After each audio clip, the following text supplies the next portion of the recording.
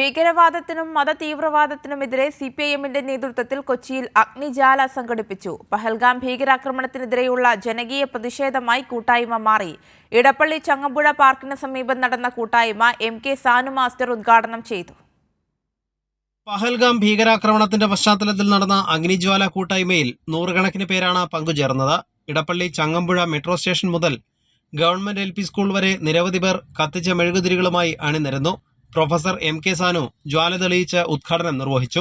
എല്ലാ മനുഷ്യരും സ്ഥിതി സമത്വം ആസ്വദിക്കുന്ന ഒരു വ്യവസ്ഥിതിക്ക് വേണ്ടി അക്ഷീണമായി സന്ധിയില്ലാതെ പോരാടും എന്നതാണ്. ആ പോരാട്ടമായിരിക്കും മതവൈരവാദികൾക്ക്, ഭീകരവാദികൾക്ക് നമുക്ക് നൽകാവുന്ന ഏറ്റവും വലിയ പ്രതിരോധം എന്ന് ഞാൻ വിശ്വസിക്കുന്നു. CPIM എറണാകുളം ജില്ലാ സെക്രട്ടറി S സതീഷ് ചടങ്ങിൽ അധ്യക്ഷത വഹിച്ചു. അവിടെ ആക്രമണത്തിന് ഈ നരാധമന്മാർക്ക് അവസരമൊരുക്കിയതിന്റെ ഉത്തരവാദിത്വത്തിൽ നിന്നും രാജ്യം ഭരിക്കുന്ന ഭരണകൂടത്തിന് മാറി നിൽക്കാൻ കഴിയില്ല. ഈ അക്രമാരികൾക്ക് എങ്ങനെ യഥേഷ്ടം അവിടെ സഞ്ചരിക്കാൻ കഴിയും?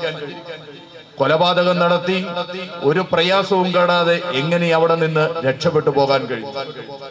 ഇന്ത്യ പോലെയുള്ള മഹത്തായ രാജ്യത്തിന്റെ എല്ലാ സംവിധാനങ്ങളും പരാജയപ്പെട്ടു നിൽക്കുകയായിരുന്നോ? അങ്ങനെ പരാജയപ്പെട്ടു നിൽക്കുകയാണെങ്കിൽ അതിന്റെ ഉത്തരവാദിത്വം രാജ്യം ഭരിക്കുന്ന ഭരണകൂടത്തിനാണ് എന്ന് പറയാൻ ഉള്ള ധൈര്യവും ഈ തെരുവിൽ നിന്ന് ജനാധിപത്യ സമൂഹം കാണിക്കുമെന്നുള്ളത് ഓർമ്മപ്പെടുത്തുകയാണ്.